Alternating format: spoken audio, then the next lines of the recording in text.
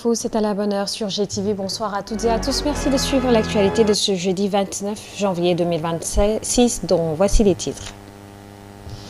Le ministre de l'Intérieur a conduit la délégation gouvernementale à la cérémonie officielle du Magal de Porokhane. Dans son discours, il a magnifié la vie et l'œuvre de Sokhna Diarra Bousso, soulignant un héritage spirituel qui dépasse les frontières du Sénégal. Vous le suivrez dans ce journal. Les sanctions infligées par le jury disciplinaire de la CAF après la finale de la CAN 2025 suscitent incompréhension et colère.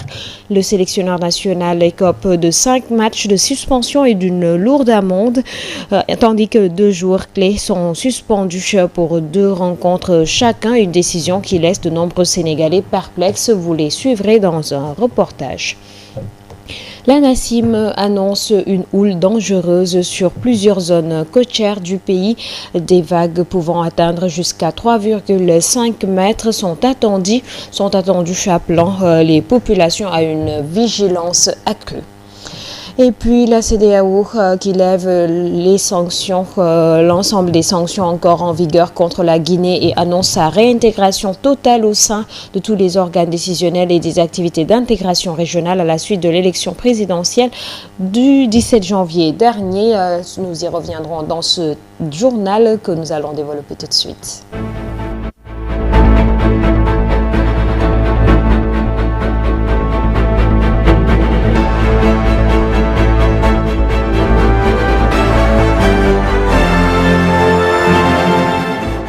Merci de suivre l'actualité sur GTV. Face à la presse ce jeudi, le ministre de l'Industrie et du Commerce, Serigne Gueye Diop, a fait face à la presse pour tirer son bilan de l'année 2025.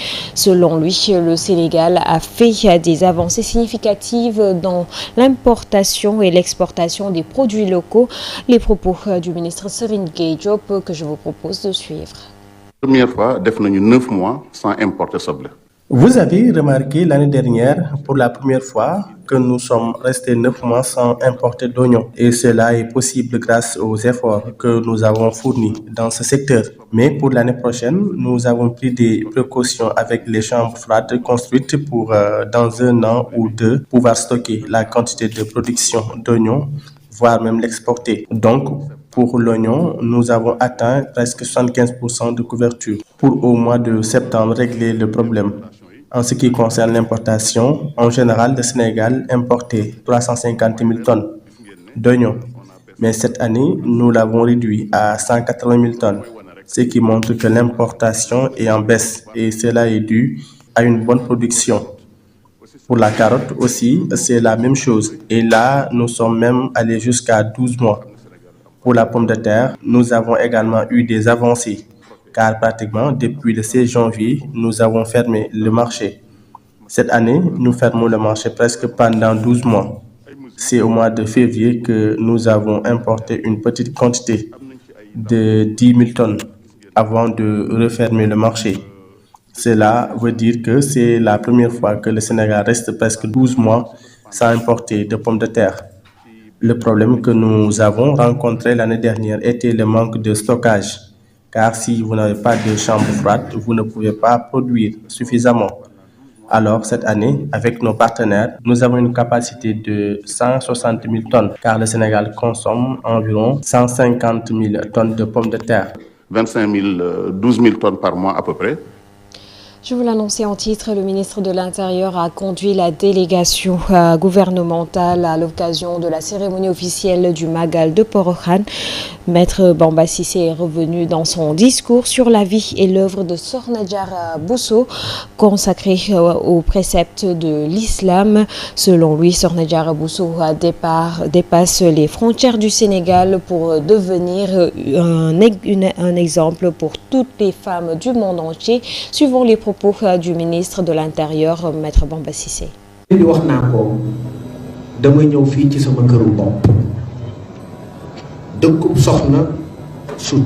Je l'ai dit tout à l'heure, je suis venu, c'est moi, ici à Porokhane, où on célèbre une femme parmi les femmes qui est Mame Diarra Bousso, qui est la mère de Serigne Touba. C'est pourquoi je demande aux femmes sénégalaises, africaines, voire le monde entier, de prendre exemple de cette femme qui a beaucoup travaillé. C'est grâce à elle qu'on a Seigne Touba. C'est une femme qui a beaucoup travaillé pour son mari et il a récolté les fruits. C'est pourquoi on célèbre aujourd'hui cette journée, le Magal de Prohan. On célèbre une femme extraordinaire. Et toutes les femmes sénégalaises doivent s'inspirer de cette femme qui a beaucoup fait pour la religion musulmane. Et je dis que je suis chez moi quand un ministre de l'Intérieur qui s'appelle Bamba Cissé, ça veut tout dire. Donc je suis chez moi, comme je l'ai dit et je le rappelle. C'est un grand jour, un grand événement qui célèbre une femme qui a beaucoup fait pour l'islam, qui a beaucoup fait pour le Sénégal. Grâce à elle, le Sénégal a compté parmi ces grands hommes, Cheikh Ahmadou Bamba. Donc on ne peut pas la remercier assez. Et c'est pourquoi je demande toujours aux Sénégalais, voire même Sénégalaises, de prendre exemple sur le travail qu'elle a effectué pour qu'on puisse le célébrer comme aujourd'hui. L'édition 2026 du Magal de Porokhane qui se tient donc qui s'est tenue ce jour donc justement dans la région de Kaolack également.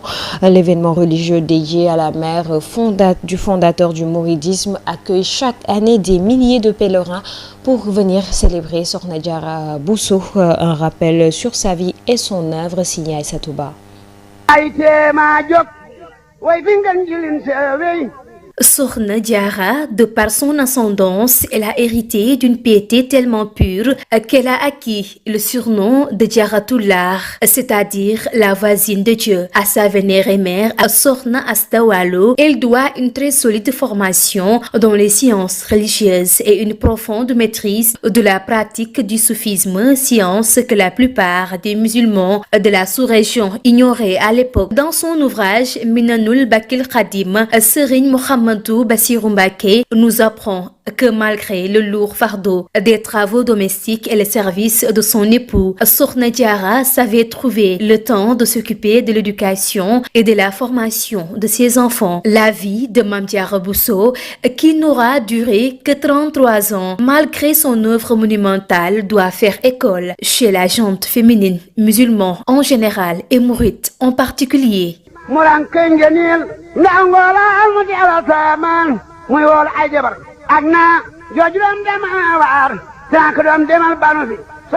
Plus d'un siècle après sa disparition, Mame Diarratoulahi demeure l'incarnation féminine d'une piété générée par une pure connaissance des sciences religieuses. Pour les Sénégalais, elle est une référence plutôt pour toutes les femmes, suivant-les dans ce reportage de Ndella Ndiaye et de Vieux Ndiaye.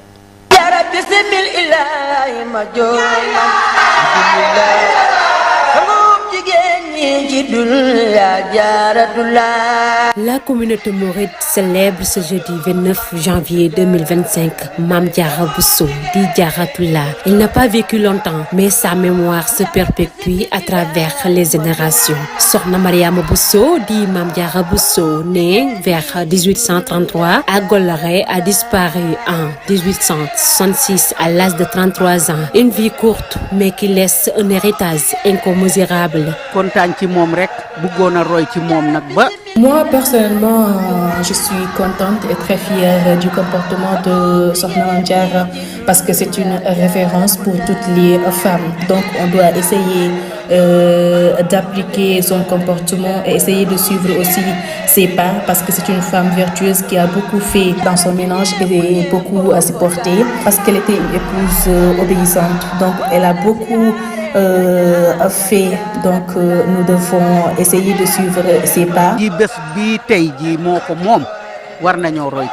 Une femme pieuse exemplaire qui était soumise à son époux, ce qui lui a valu cette bénédiction selon cette dame. Une femme doit être très généreuse dans son ménage et être beaucoup plus accueillante. Cela c'est bon, mais aussi le comportement de Sokhna Diarra doit nous servir de référence parce que c'était une femme très pieuse, une femme qui a beaucoup de vertus envers son mari, qui a beaucoup supporté aussi. Donc nous les femmes nous devons devons nous référer à elle par rapport à son comportement, de même que envers nos voisins. On doit revoir nos comportements et essayer de marcher sur les pas de Sokhna Mame Diarra. Selon cette dame, les pèlerins qui sont actuellement au Magal, surtout les femmes, ne doivent pas se limiter uniquement aux festivités, mais plutôt se référer aux valeurs de cette femme vertueuse.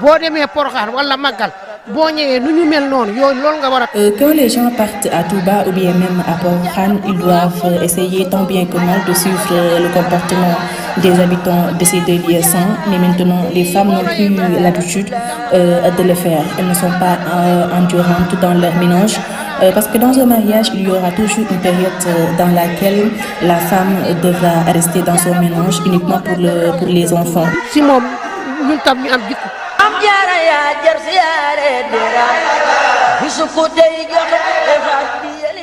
Ils ont fêté, célébré cette journée encore plusieurs années. À présent, parlons du jury disciplinaire de la Confédération africaine de football qui a rendu public hier soir les sanctions faisant suite aux incidents survenus lors de la finale de la Coupe d'Afrique des Nations 2025. Le coach Pape Thiaw est suspendu pour 5 matchs avec une amende de 60 millions de francs CFA. Iliman Ndiaye et Ismaïla Sarr sont également suspendus pour 2 matchs chacun. Les Sénégalais rencontrés n'en reviennent pas que la CAF puisse retenir d'aussi lourdes sanctions à l'encontre de l'équipe nationale du Sénégal. Leur réaction dans ce reportage signé Amsato Gano et Vieux Ndiaye. Le jury disciplinaire de la CAF a dit son mot en sanctionnant lourdement le Sénégal en raison du comportement de l'équipe et de ses supporters lors de la finale. En effet, le coach Pape Thiaw écope de 5 matchs de suspension assortis d'une amende de 60 millions de francs CFA. Quant à Ismaïla Sarr et Iliman Ndiaye, ils sont suspendus de 2 matchs chacun, une décision qui fait grincer des dents. Tous les Sénégalais sont contre cette sanction à l'égard de l'équipe du Sénégal et des supporters, car le Maroc a fait des choses inacceptables. Cependant, ces sanctions sont beaucoup plus légères que les nôtres et je me demande ce qu'Ismaïla Sarr et Iliman Ndiaye ont fait pour être suspendus. Cette sanction peut avoir un impact sur les prochains matchs, d'après un jeune homme rencontré. Asikap Mbao. Même c'est des très grands joueurs, donc je pense que cette suspension-là peut avoir un impact sur le rendu et les résultats de l'équipe nationale. Ça peut avoir son impact. C'est des joueurs majeurs de l'équipe nationale, que ce soit Iliman Ndiaye ou Ismaïla Sarr, c'est des personnes très très importantes dans l'équipe et dans le dispositif du coach. La Fédération sénégalaise de football dispose d'un délai restreint, généralement 3 jours selon les procédures de la CAF, pour introduire un recours formel contre ces sanctions. Ce jeune homme du nom de Souleymane Guerre est totalement d'accord pour que le Sénégal se batte jusqu'au bout pour alléger ces sanctions. Nous devons nous battre pour que les sanctions soient allégées, surtout celles qui pèsent contre Pape Thiaw. Par contre, selon le journaliste sportif Mbaye Jacques Diop, mieux vaut ne pas faire de recours. Ces longues procédures ne feront que perdre du temps à la fédération sénégalaise qui doit éventuellement se concentrer sur les prochains matchs. L'appel peut être rejeté, ce qui signifierait donc il y aura les sanctions seront maintenues, mais vous pouvez encore recourir au tribunal arbitral sportif. Et si cela aussi est rejeté, vous pourrez aussi revenir sur ce qu'on appelle la Cour fédérale donc suisse. Donc, cela veut dire que c'est tout un processus. C'est pourquoi moi, en tout cas, pour ma part personnelle, je pense qu'il serait beaucoup plus opportun pour le Sénégal de ne pas faire appel, mais de se concentrer. Parlons à présent de ce phénomène, la vente de documents d'état civil de façon illégale qui est devenue de plus en plus récurrent au Sénégal. Une pratique qui présente des conséquences sur plusieurs secteurs, notamment sur le plan sécuritaire.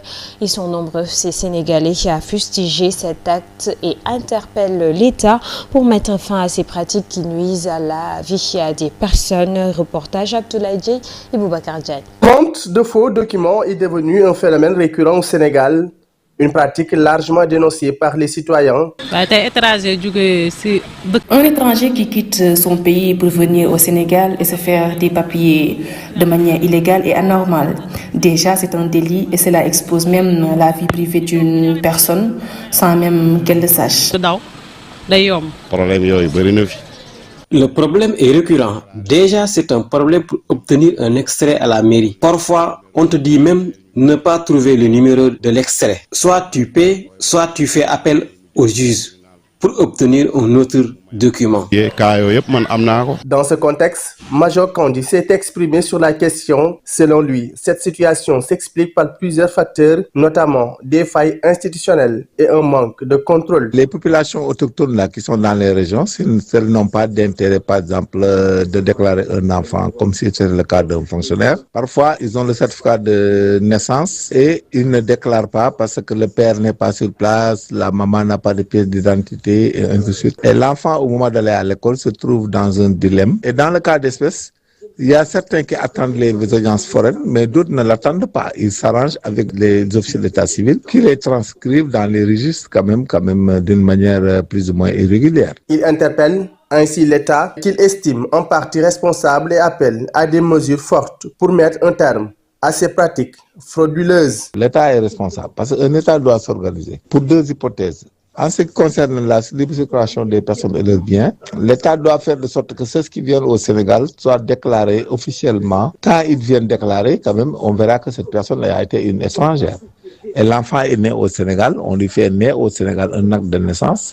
Maintenant, de père étranger, il faut faire la mention. C'est-à-dire, il faut que maintenant, que dans les maternités du Sénégal, que dès la naissance, le bulletin de naissance, l'acte de naissance et le bulletin d'accouchement, je ne sais pas, et aussitôt entré et déclaré à l'état civil. Un avis partagé par de nombreux Sénégalais qui dénoncent également certaines banalisations de la falsification des documents officiels. Je pense que l'État doit traquer ces fraudeurs qui le font et les sanctionner. Si c'est nécessaire de les suspendre, qu'ils le fassent pour nous protéger. Je pense que tous ceux qui le font sont animés de mauvaise foi, mais surtout à la quête de l'argent, sans mesurer les conséquences, surtout sur le plan sécuritaire. À l'occasion d'un déjeuner de presse organisé par la délégation générale à l'entrepreneuriat rapide des femmes et des jeunes, a adressé un bilan satisfaisant de ces 2 dernières années d'exercice. Dr Aïssatou Mbouch, délégué général à la DER/FJ, a profité de l'occasion pour lancer la chaîne digitale DER TV. Suivons ses propos. Ambition a été de proposer une offre de services adaptée aux potentialités économiques de chaque territoire, tout en comblant les gaps identifiés en matière de financement et d'accompagnement non financier afin de sécuriser et de pérenniser leurs projets entrepreneuriaux. Comme vous le savez, la DER/FJ se veut le catalyseur de l'entrepreneuriat au Sénégal et en Afrique. Pour mériter la confiance du peuple et répondre à ses attentes, nous avons, avec le soutien indéfectible de nos autorités, tenté de mener à bien cette mission, aussi délicate qu'exaltante, promouvoir et impulser l'entrepreneuriat des femmes et des jeunes sur toute l'étendue du territoire national. Dès ma prise de fonction, et conformément aux orientations de M. le Président de la République et du Premier ministre, je suis allé à la rencontre des jeunes et des femmes sur l'ensemble du territoire national pour être à leur écoute, comprendre leurs réalités et leurs attentes. DER TV, que nous allons visiter tout à l'heure, est la voie de l'entrepreneuriat. Un espace digital dédié à l'information, à la pédagogie et à l'inspiration. Une plateforme qui raconte l'entrepreneuriat tel qu'il se vit sur le terrain. Pendant ce temps, des tensions majeures secouent la radio-télévision sénégalaise RTS avec une fronde syndicale dénonçant une dérive managériale du directeur Pape Alé Niang. Les agents critiquent des décisions unilatérales, notamment la suspension de contrats et la dissolution des cellules clés audit gestion marché. Des critiques qui visent également la gestion des salaires. Écoutons à ce propos Youssouf Kamara, il est le secrétaire général du SYNPICS section RTS. Nous avons tenu cette assemblée générale pour continuer nos actions syndicales que nous avons entamées depuis quelques semaines. Aujourd'hui, c'est une question de survie à la RTS. La suspension de cet accord a plongé la RTS dans une crise profonde. Des centaines, plus de 300 agents, aujourd'hui, vivent au bord vraiment de la crise totale au sein de leur famille. C'est une situation insupportable. On ne peut pas continuer et on a tendu la main. Nous nous heurtons jusqu'à présent à un mur.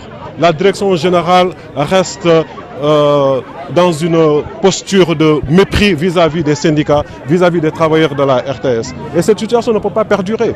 Donc c'est pourquoi aujourd'hui, nous avons appelé à nous réunir davantage, à annoncer les actions futures également que nous allons mener, parce que nous avons un seul objectif, la levée de la suspension de notre accord d'entreprise.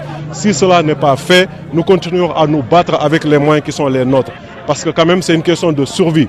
Pape Alé ne peut pas venir suspendre l'accord d'entreprise de la RTS, vivre sa vie de rêve, et plonger toute la RTS dans une crise, et nous cautionnons cela et rester témoins rester témoins et complices de cette situation. Ça, nous ne l'accepterons pas. L'Agence nationale de l'aviation civile et de la météorologie ANACIM a émis une alerte à une houle dangereuse concernant plusieurs zones côtières du pays et ce 29 janvier à 0h, des vagues pouvant atteindre jusqu'à 3,5 mètres, appelant ainsi à une vigilance accrue des populations. Pour plus d'explications, écoutons Abdoulaye Diouf, il est le chef de service prévision et réduction risque ANACIM. Il s'est exprimé au téléphone de Mansour Diassé.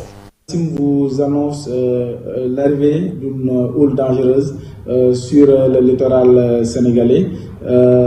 Et cette houle est quand même assez intense, avec une hauteur qui atteindra 3 mètres, voire 3 mètres 50 sur l'axe Saint-Louis-Dakar.